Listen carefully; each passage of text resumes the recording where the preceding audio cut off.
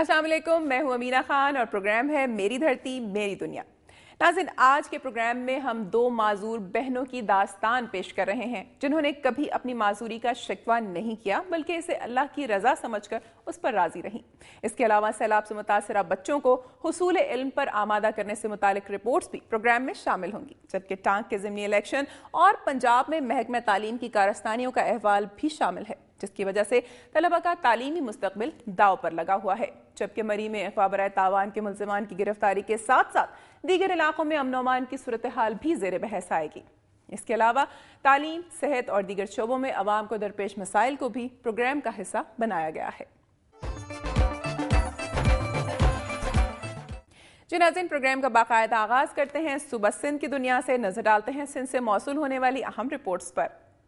معذوری قدرت کی طرف سے ہوتی ہے، کچھ لوگ اسے اپنی مجبوری بنا کر بھیک مانگنے پر مجبور ہو جاتے ہیں اور کچھ لوگ اس کا مقابلہ کر کے عزم و ہمت کی لازوال داستانوں کو جنم دیتے ہیں۔ ایسی ہی ایک کہانی مٹیاری کے قریبی گاؤں محمد بچل پنور میں دو معذور بہنوں کی ہے جن کی عمریں 55 اور 60 برس ہیں، لیکن وہ معذور ہونے کے باوجود کسی سے کوئی گلہ نہیں کرتی۔ تفصیلات جانتے ہیں وقار منگوانوں کی اس رپورٹ میں۔ میں اس وقت موجود ہوں گاؤں محمد بچل پنور میں، جہاں پر دو معذور بہنیں رہا کرتی ہیں اور بھرت اور کڑھائی کا کام کر کے اپنا گزارا کرتی ہیں۔ معذوری ایک ایسا عیب ہے جس کی وجہ سے انسان کسی ادارے یا دوسرے انسان کو قصوروار نہیں ٹھہرا سکتا، کیونکہ یہ تو اللہ پاک کی دین ہے، اور اسی وجہ سے وہ اپنی معذوری کو مجبوری نہ بناتے ہوئے اپنے آپ کو دنیا اور ماحول کی چکی میں ڈال لیتا ہے، چاہے وہ کتنی ہی مشکل ہو، لیکن زندگی تو گزارنی ہے۔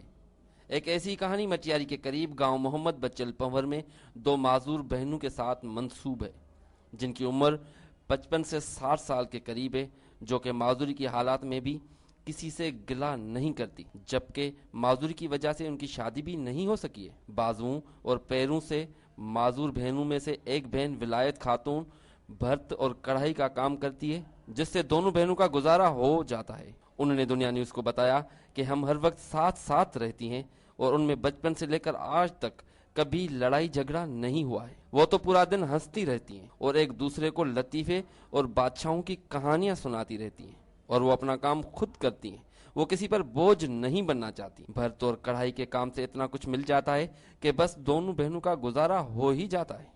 انہوں نے بتایا کہ آج تک کبھی کسی حکومتی ادارے نے رابطہ نہیں کیا ہے اور نہ ہی ہم کسی کے سامنے ہاتھ پھیلانا چاہتی ہیں۔ اللہ نے جو دیا وہ ہمارے لیے کافی ہے۔ یہ ہے ان دو معذور بہنوں کی کہانی، جس سے اندازہ لگایا جا سکتا ہے کہ اللہ تعالیٰ کی قدرت سے مایوس نہیں بلکہ خودداری اور ہمت سے حالات کا مقابلہ کیا جا سکتا ہے، اور یہ معذور بہنیں اپنی مدد آپ تحت زندگی کی زنجیر کھینچ رہی ہیں۔ دوسری طرف یہ دنیا تو امیروں سے بھری پڑی ہے اور کئی حکومتی ادارے غربت مٹانے کی دعویٰ کرتی ہیں، لیکن ہوتا کچھ نہیں ہے۔ رپورٹ آپ نے ملاحظہ کی، معذوری قدرت کی طرف سے ایک امتحان بھی ہے۔ دو بہنوں نے طویل ترین زندگی گزار کر یہ بات ثابت کر دی ہے کہ اگر صبر اور استقامت سے حالات کا مقابلہ کیا جائے تو معذوری راہ کی رکاوٹ نہیں بنتی۔ اور اب ایک نظر میں جائزہ لیں گے صبح سندھ کی چند خبروں کا۔ مٹیاری میں سینکڑوں پرائمری اساتذہ نے ٹائم سکیل نہ ملنے پر E D O education office کے سامنے تیسرے روز بھی احتجاجی مظاہرہ کیا۔ مظاہرین نے اپنے مطالبات کے حق میں نعرے بازی کی، جبکہ اساتذہ نے بھوک ہڑتال بھی شروع کر دی۔ اس موقع پر پرائمری ٹیچرز ایسوسی ایشن مٹیاری کے صدر پیر انار الدین شاہ نے دنیا نیوز کو بتایا کہ ہم کسی نوکری کے لیے نہیں اور نہ ہی ہم کسی ناجائز مطالبے کے لیے احتجاج کر رہے ہیں۔ انہوں نے بتایا کہ ابھی تک ہم سے کسی انتظامیہ کے عملدار سمیت منتخب نمائندے نے بھی رابطہ نہیں کیا۔ اگر ہمارا مطالبہ پورا نہیں کیا گیا تو یہ بھوک ہڑتال آخری سانس تک جاری رہے گی۔ چند روز قبل ریلوے کالونی میں 8 سالہ رمشا سے زیادتی کے ملزم محرم ماچھی کو فیملی کورٹ کے جج کرم الدین جنیجو کی عدالت میں شناخت کے لیے لایا گیا، جہاں پر زیادتی کا نشانہ بننے والی لڑکی رمشا نے ملزم محرم ماچھی کو پہچان لیا، جس کے بعد ملزم کو کوٹری پولیس کے حوالے کر دیا گیا۔ جام شوروں میں زیادتی کا نشانہ بننے والی 8 سالہ بچی نے عدالت میں ملزم کو شناخت کر لیا۔ ملزم نے ایک اور بچی سے زیادتی کا بھی اعتراف کیا ہے۔ ریلوے کالونی میں چند روز قبل 8 سالہ رمشا کو زیادتی کا نشانہ بنایا گیا۔ ملزم محرم ماچھی کو فیملی کورٹ کے جج کریم الدین جنیجو کی عدالت میں شناخت کے لیے لایا گیا، جہاں پر رمشا نے ملزم کو پہچان لیا، جسے کوٹری پولیس کے حوالے کر دیا گیا ہے۔ رمشا کے والد صادق نے بتایا کہ وہ ریلوے ملازم ہے اور اس کی ڈیوٹی کے دوران یہ واقعہ پیش آیا۔ ملزم احرم ماچھی نے 1 ماہ پہلے بہار کالونی کی رہائشی 9 سالہ ثنا سے زیادتی کا بھی اعتراف کیا ہے۔ ملزم 10 بچوں کا باپ ہے اور پہلے بھی حسین آباد حیدرآباد میں زیادتی کے مقدمے میں 6 سال قید کاٹ چکا ہے۔ اس کا ریپ ہوا تھا تو اسی کیس پہ ہم کام کر رہے تھے، تو کل بھی اس نے ایک بچی کو کڈنیپ کر کے اور اس کو ریپ کرنے کی اٹیمپٹ کی، تو وہ جب شور ہوا تو یہ بندہ بھاگا، تو پولیس وہاں پہ پہنچی، موقع پہ انہوں نے جو ہے اس کو گھیر کے پکڑ لیا۔ ریلوے میں تو وہاں میں ڈیوٹی پہ تھا دن کو، دوپہر کو 3 بجے آیا ہوں گھر، تو یہ بچی میری رو رہی تھی تو ہماری بھابھی ہیں بڑی، ان کی گود میں تھی، رو رہی تھی۔ میں نے ان سے پوچھا کیا ہوا ہے ان کو، مجھے بتاؤ تو صحیح کچھ، تو کہہ رہی تھی کوئی نامعلوم بندہ تھا، ان 2 بچوں کو جو گھر کے باہر نکلے یہ ان کو لے کے چلا گیا، بولا پتہ نہیں اغوا کیا اس نے، کیا کیا۔ ہمیں بہت نہر کے ادھر لے کے گیا تھا، بہت دور لے کے گیا تھا، پھر ہمیں مارا، بہت مارا، میرے بھائی کو بھی دور بٹھایا، مجھے نزدیک بٹھایا، پھر خود ہی بھاگ گیا ہمیں چھوڑ کے۔ اس کو سزا دینی چاہیے بہت بری۔ جام شوروں میں صوفی بزرگ سخی بابا صلاح الدین کے عرس کے سلسلے میں ہونے والے سندھ کے ثقافتی کھیل ملا کا فائنل ندیم پالاری نے جیت لیا۔ جام شوروں میں صوفی بزرگ سخی بابا صلاح الدین کے عرس کے سلسلے میں ہونے والے سندھ کے ثقافتی کھیل میلے کا فائنل ندیم پالاری نے جیت لیا۔ فائنل میچ کے مہمان خصوصی رکن سندھ اسمبلی ڈاکٹر سکندر علی شورو تھے، جنہوں نے کامیاب کھلاڑیوں میں انعامات تقسیم کیے۔ اس موقع پر شائقین کی ایک بہت بڑی تعداد موجود تھی۔ فائنل میں ندیم پالاری نے پہلی، ماجد ڈھکن نے دوسری، جبکہ صدام میمن نے تیسری پوزیشن حاصل کی۔ اس موقع پر ڈی او اسپورٹس جام شورو نے دنیا نیوز کو بتایا کہ صوبے میں کھیلوں کو فروغ دیا جائے گا۔